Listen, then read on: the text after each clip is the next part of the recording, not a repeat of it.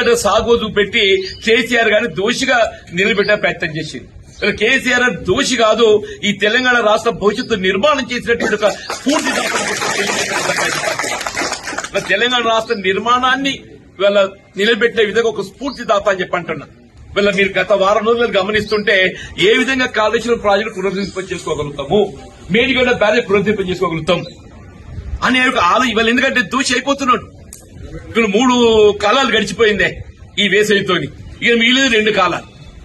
ఈ 2 కాలాల్లో కూడా చేస్తా అంటే కూడా అవుతుందా కాదా తెలియదు కానీ చెప్తున్నా నేను. ఇంతకాలం అయితే ప్రకృతి సహకరించింది, మన కరువు రాలేదు. రేపు భవిష్యత్తు ఏమైతే తెలియదు. రేపు కరువు వస్తే దానికి జవాబుదారు ఎవరవుతారు? రేవంత్ రెడ్డి అవుతాడు, కాంగ్రెస్ పార్టీ అయితే అని చెప్పి అంటున్నా. దానికి జవాబుదారు ఎవరైతారో రేవంత్ రెడ్డి అవుతాడు, కాంగ్రెస్ పార్టీ అయితే అని చెప్పి అంటున్నాను.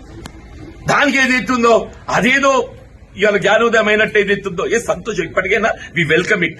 కాళేశ్వరం ప్రాజెక్టు పునరుద్ధరింపబడటమే ఇలా తెలంగాణ రాష్ట్ర భవిష్యత్తుకు అది ఏకైక మార్గం అని చెప్పంటున్నాను. ఇప్పటికైనా కాంగ్రెస్ ప్రభుత్వం రేవంత్ రెడ్డి గారు వాస్తవానికి అనుగుణంగా కళ్ళు తెరిచినందుకు నేను సంతోషం అని చెప్పంటున్నాను.